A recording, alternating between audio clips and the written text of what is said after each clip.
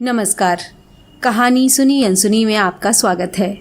दोस्तों, अगर आपको ये कहानियाँ अच्छी लग रही हैं तो इन्हें लाइक करें और चैनल को सब्सक्राइब करें। दोस्तों, हमने अनेक कथा यात्राएं की हैं कहानी सुनी अनसुनी के माध्यम से। वर्तमान में जो कथा यात्रा प्रवाहमान है वो है जीवन स्मृति। आज मैं आपके लिए लेकर आई हूँ इस स्मृति श्रृंखला का अंतिम मोती। प्रस्तुत है रविंद्रनाथ टैगोर की आत्मकथा जीवन स्मृति का अंतिम भाग, जिसका नाम है तीव्र और कोमल।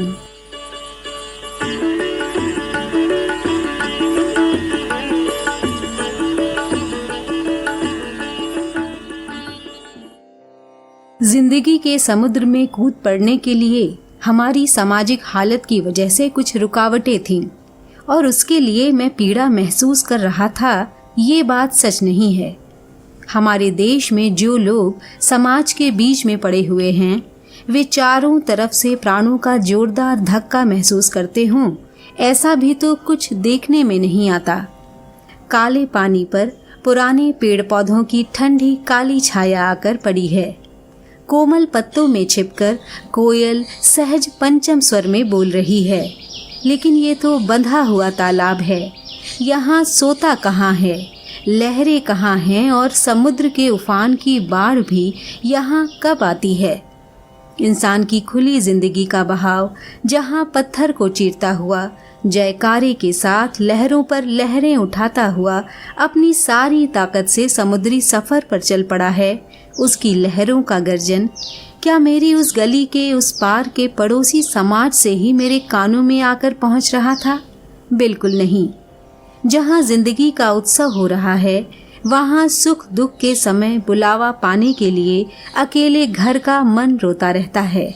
जिस आलस के बीच इंसान दोपहर की नींद से बार बार लुढ़क लुढ़क पड़ता है, वहाँ आदमी की जिंदगी को अपनी पहचान से महरूम रहने की वजह से इस तरह का एक दुख आकर घेर लिया करता है। उस दुख की जकड़ से बाहर निकल आने के लिए मैं बहुत समय से पीड़ा का एहसास करता आया हूँ। तब जितनी भी कमज़ोर राजनीतिक सभा समितियों और अखबारों का आंदोलन शुरू हुआ था, देश के अनजान और अपने फर्ज से लापरवाह जिस देशभक्ति का नशा उन दिनों पढ़े लिखे लोगों में घुस आया था, मेरा मन किसी भी तरह उसके साथ नहीं था। खुद अपने बारे में और अपने चारों तरफ के संपर्क में बड़ी भारी हताशा और असंतोष ने मुझे गुमसुम कर दिया था और मेरा दिल कहता था, इससे तो अच्छा था होता कहीं अरब का डाकू। आनंदमयी रागमने आनंदे गिए छे देश छे, हैरोई घनीर दुआरे दाणाइया कांगालिनीर में। ये तो मेरी अपनी ही बात है। जिन समाजों में धन संपन्नता से युक्त आज़ाद जिंदगी की खुशी है, वहाँ शहनाई बजने लगी है। वहाँ आने जाने के शोर का अंत नहीं है। हम तो केवल बाहर खड़े खड़े ललचाई नजरों से मुंह ताक रहे हैं। सज धज कर शामिल कहाँ हो सके हम। आदमी की जिंदगी को अनोखे रूप से अपनी जिंदगी में पा लेने की दर्द भरी इच्छा तो उसी देश में मुमकिन है जहाँ सब कुछ अलग थलग और छोटी छोटी हदों में सिमटा हुआ है। मैंने जैसे अपने नौकरों के हाथ की खिंची हुई खड़िया मिट्टी की लकीर के भीतर बैठकर मन ही मन लंबी चौड़ी धरती के खेल घर की चाह की है, युवावस्था के दिनों में भी मेरे अकेलेपन ने ठीक उसी तरह दुख के साथ ही आदमी के विशाल दिल की दुनिया की ओर अपने हाथ बढ़ाए हैं। वो जो पाने से दूर है, वो जो पहुंच से दूर है, लेकिन उसके साथ मन को यदि न बांध सका, वहां से हवा भी यदि न आए और सोता भी न बहे, मुसाफिर का बिना रुकावट आना जाना भी ना हो सके, तो जो कुछ टूटा फूटा है, पुराना है, वही नए का रास्ता रोके पड़ा रहता है। तब फिर मौत के खंडहर को कोई हटाता नहीं है और वो बार बार लगातार जिंदगी के ऊपर चढ़ चढ़ कर पढ़ पढ़ कर उसे छा डालता है। बरसात के दिनों में केवल बादलों की उमड़ घुमड़ और बारिश होती है। शरद के दिनों में बादल और धूप का खेल होता है, लेकिन वो आसमान को ढकता नहीं और दूसरी ओर खेतों में फसल पकती है। इसी तरह मेरे काव्य की दुनिया में जब बारिश के दिन थे तब बराबर ही भावों की ही भाप और हवा और बारिश हुई थी। तब बिखरे हुए छंद थे और अटपटी भाषा। लेकिन शरद के मौसम में, तीव्र और कोमल में, आसमान में केवल बादलों में रंग ही नहीं है, वहाँ जमीन पर फसल भी दिखाई दे रही है। और अब असली दुनिया के साथ होने वाले कारोबार में छंद और भाषा तरह तरह के रूप धरकर उठने की कोशिश कर रहे हैं। यहाँ जिंदगी का एक दौर खत्म होता है।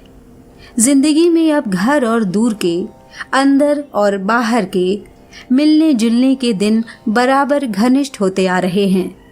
अब से जिंदगी का सफर धीरे धीरे पानी से निकलकर जमीन के रास्ते दुनिया के भीतर से, जिन भलाई बुराई और सुख दुख की ऊंचाई नीचाई के बीच जाकर पहुंचेगा, उसे तो केवल तस्वीर की भांति हल्के रूप में नहीं देखा जा सकता।